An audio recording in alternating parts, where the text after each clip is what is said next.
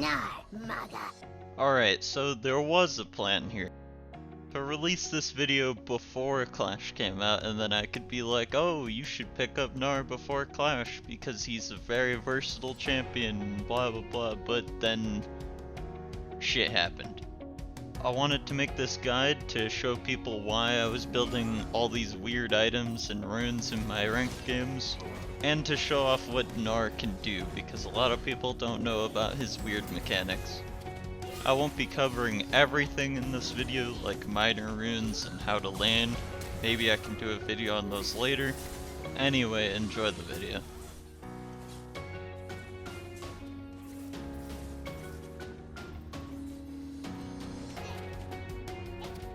There we go.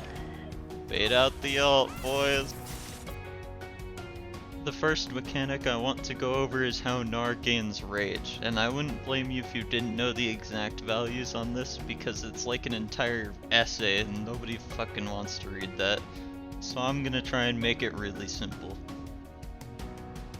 You gain different amounts of flat rage for auto-attacking or hitting enemies with abilities, and then gain different amounts of rage over time for dealing damage with those things or taking damage.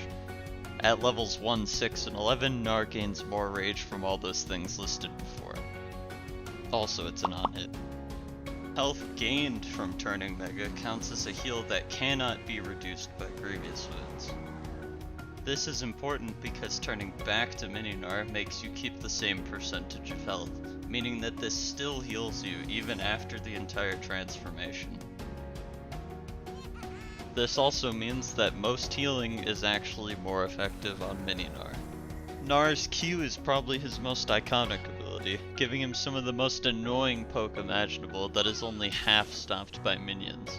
The most important thing to note here is that Boomerang's flight path is decided once it reaches the furthest point it can.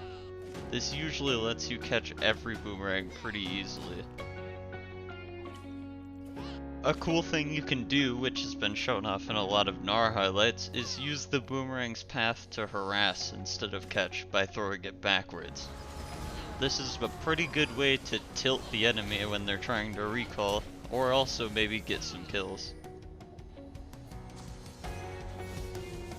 Also, Mini Gnar can pick up boulders, which is cool. The flashiest mechanic Gnar has is being able to use abilities while double jumping, which lets you land abilities before you even touch the ground. This works this way because Gnar's abilities change the moment he reaches 100 rage, and if you are in the air when that happens, you can still freely cast all those abilities. This requires super specific timing with your rage, needing you to be at around 97 to 99 rage before jumping in. And against good players, this mechanic is harder to pull off, but sometimes you can catch them off guard. I'm going to start with what to avoid instead of what to pick into, because most matchups top lane are determined less by the champion pick and more by how dumb the enemy is. By far the worst matchup you can find yourself in is against Silas. A Silas on the enemy team means that you are now a detriment just by existing. Gnar's low cooldown ultimate with a 1.0 AP scaling means that any fight against him after level 6 will probably be a lost one, and it is necessary to play carefully around that.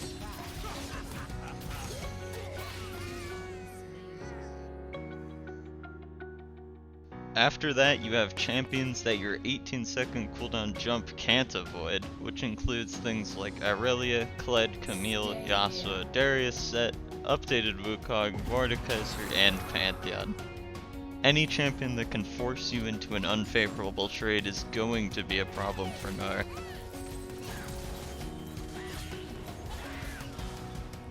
He's griefing. Below those, you have tanks that can fight back, which are arguably the worst matchup of all because your teammates assume that Gnar counters every tank with Hyper. This includes Sion, Shen, Malphite, Maokai, Cho'Gath, Ornn, and Nasus. Wither. Every single one of these champions have the potential to outvalue you on the map, outscale you in the late game, and even 1v1 you during the laning stage.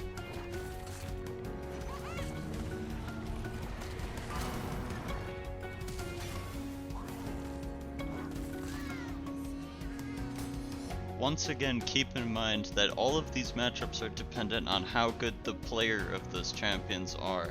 I've seen some Sylas players that cannot use Gnar ult to save their life, or some Camille players that are never aggressive and just let me win. Now for the synergies. In solo queue, I generally look for something that can be aggressive and get us easy early kills like Lee Sin, Elise, or Echo. But honestly, anything that can follow up on a Mega Gnar engage is perfectly fine. There is the obvious synergy with terrain creation. Jarvan is a popular one. However, those are harder to pull off unless you have some synergy with your teammates.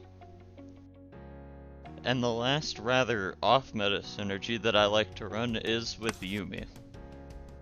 The ridiculous amount of survivability is one thing, but both champions have really consistent poke and really good all-in potential at their ultimates. On top of that, Gnar also has the ability to jump off of Yuumi while she is flying mid-W, which can help escape or even set up some ults that they don't expect.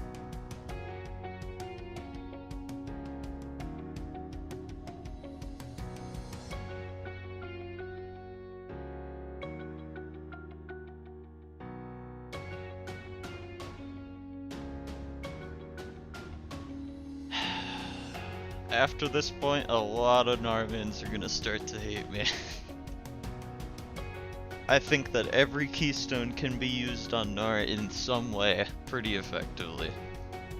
But to keep this video short, I'm only gonna go over the ones that I have actually used top lane in my ranked games. The rune you choose every game should reflect your playstyle going forward.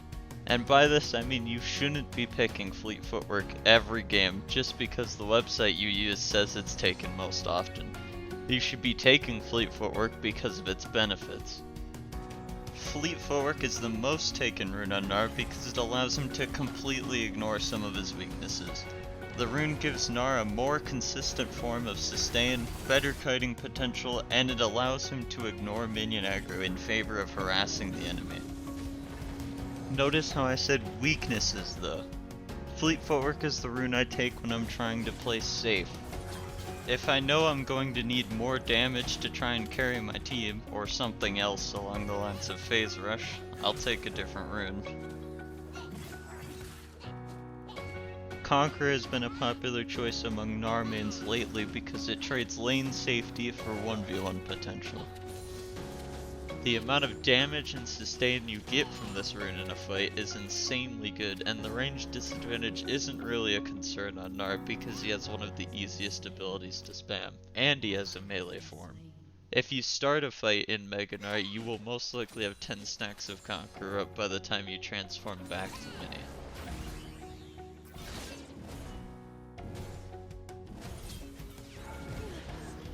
Grasp of the Undying is the third most popular option because it's very good at nullifying matchups. Grasp combined with many of the resolve runes lets Gnar become a fantastic scaling tank that can provide pretty good peel and great engages late game. You underestimate my power! Don't try it! Grasp isn't only used for bad matchups though. Farming permanent health off of your lane opponent is a great way to keep yourself in the game as a scaling threat. Press the Attack is the last of the 4 common Gnar runes. This rune is very good for when you need a damage boost for yourself and your team, meaning that this is a great support option against tanky teams when combined with Black Cleaver. That's the only reason I really take this rune, because I'd rather take Conqueror if I only need damage for myself. But there is value in this rune for a percentage damage boost.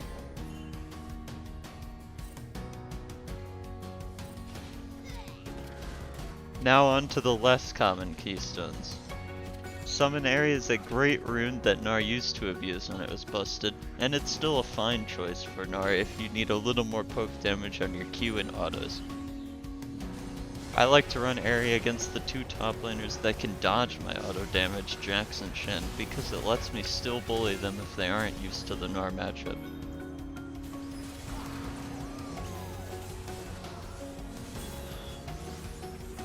If you are in a matchup where you can't auto-attack, however, Arcane Comet is a better alternative because Boomerang Toss is slow guarantees the damage.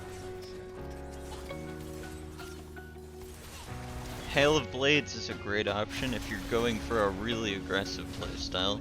After the buffs, it now comes back off cooldown while last hitting, making it a solid rune against lanes that really just don't want anything to do with Gnar. I honestly don't take this rune as much as I probably should. I think it's a very good rune for quick trades in lane and gank situations where you need to kill the enemy quickly, and there's a lot of matchups where I could say that I want that.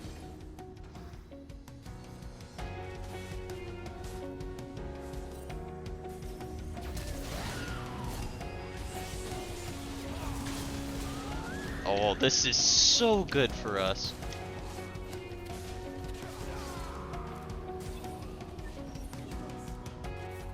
Another attack speed option is Lethal Tempo, which I like to take when I know I'm going to push the enemy into death. Every Q you land lets you use the attack speed on the wave, and this lets you bring a ton of jungle pressure top lane, which you can use to let your bot side win. You get bonus points for this as well if the enemy jungler sucks, cause then you can invade them constantly while the enemy top laner is suffering.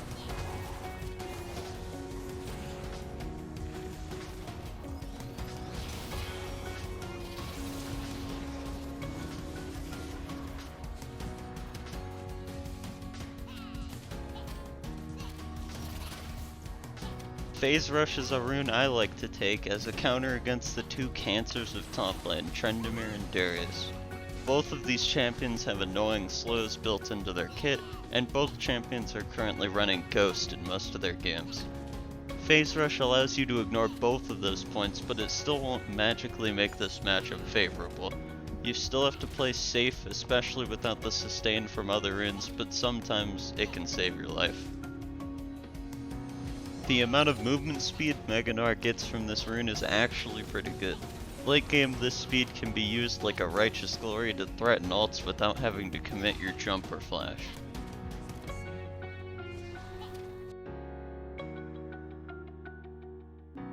I want to start this section off with a statement. To all Gnar players that love this champion and want to see him picked more. Gnar is a flashy and versatile champion, and I think we are doing him a disservice, in my opinion, by picking him with this build every game.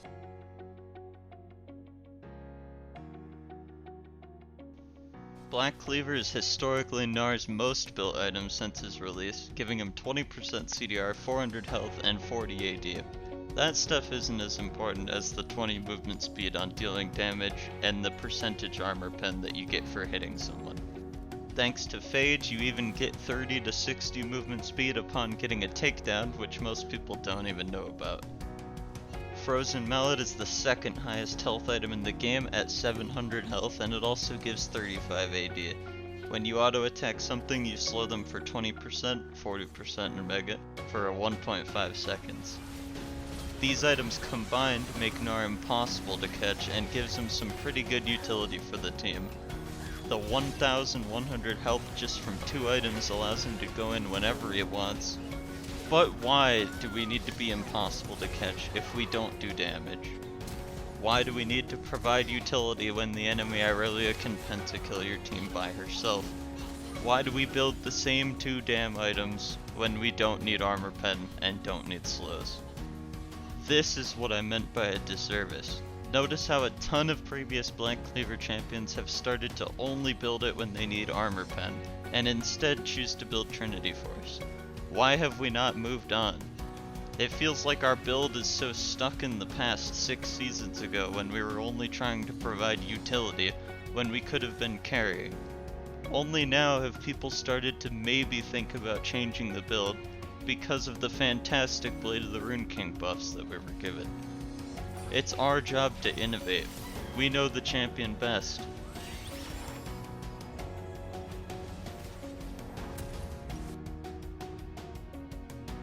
In the early game, you want to start with the Doran's Blade unless you're in a rare matchup where you can't even auto the wave because of poke. In my personal experience, a Doran's Blade is enough to kill most matchups if they make a mistake early, and the tiny amount of lifesteal is very good if you're able to continuously auto without messing up the wave. To quickly go over the skill build, I usually go Q level 1 into E level 2 if I think I'm going to get ganked in any way. Don't worry, you won't miss W. And then I max Q, W, then E.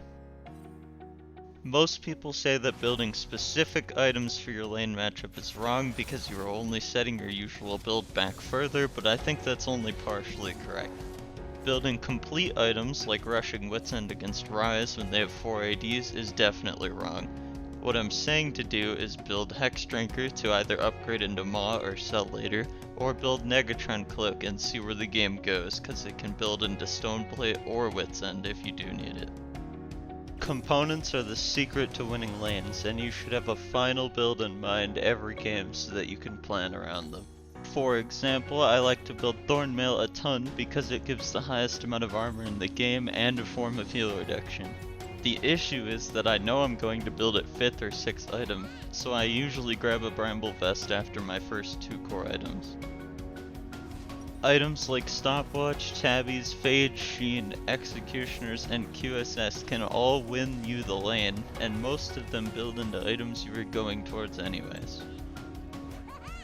For core items, you should only be building 1 or 2 depending on how the game is going. If your carries seem competent, then you should only be building 1 damage item so that you can frontline for them. Unfortunately, not every game of League of Legends is like that, and sometimes you will have to build 2 damage items to try and replace your AD carry as a damage threat. Trinity Force is the one item most people clicked on this video for, and it's currently my favorite first item. Trinity Force is Black Cleaver, but for the people who want more damage, because it still provides both movement speed parts of Phage, and it still provides the much needed 20% CDR. While you do lose out on 150 health and you have to spend a little more gold, you are still getting 40% attack speed, 5% movement speed, and the Sheen passive. That passive is important because Sheen scales off of base AD. If you look at other Trinity users' base AD, you'll notice that Mega Gnar is above every single one of them by level 4. And while that only applies to Mega Gnar, Mini Gnar will gladly take the extra damage for harass and pushing power. If I do need a second item, it will depend on what I need against the enemy team. Wits End is a great item with unfortunately terrible components, and it's a great way to make 1v1s against things like Syndra possible, while also giving you another form of magic damage other than Hyper. Either that or Liandry's Torment is a great way to add more magic damage to your kit, which makes it super frustrating to build defensively against you. Liandry's burn damage gets increased by disables and also gives you more rage. Blade of the Rune King is an item that even some pro players are trying after the melee buffs. If you already have enough AP threat on the team, Blade could be a better alternative to Liandry's when you are in need of some health damage. Lastly, Death Stance got buffed, making it super tempting still for Gnar as a sustain option. The damage over time effect from getting hit is a good way to generate rage, and all of the stats the item provides are really nice. It's just expensive.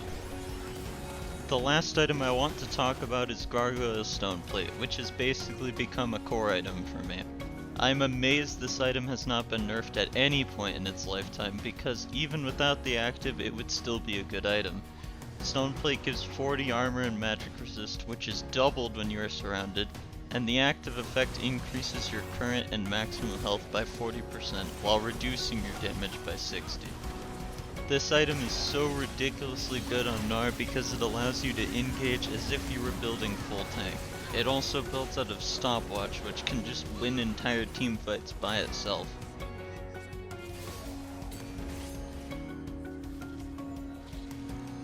Just remember, every rune you take and item you build should have good reasoning behind it. If I see you build Dead Man's Plate with Frozen Mallet while running Ultimate Hunter in my games, I'm going to find where you live, and I just wanted to say thank you to all the people who subscribed to me so early. It means a lot because I'm just a dude that learned Premiere Pro like a month ago. Hopefully this video can get some more people interested in playing Gnar, because he's kind of plummeting in the play rates nowadays, and I think he's a fun champion.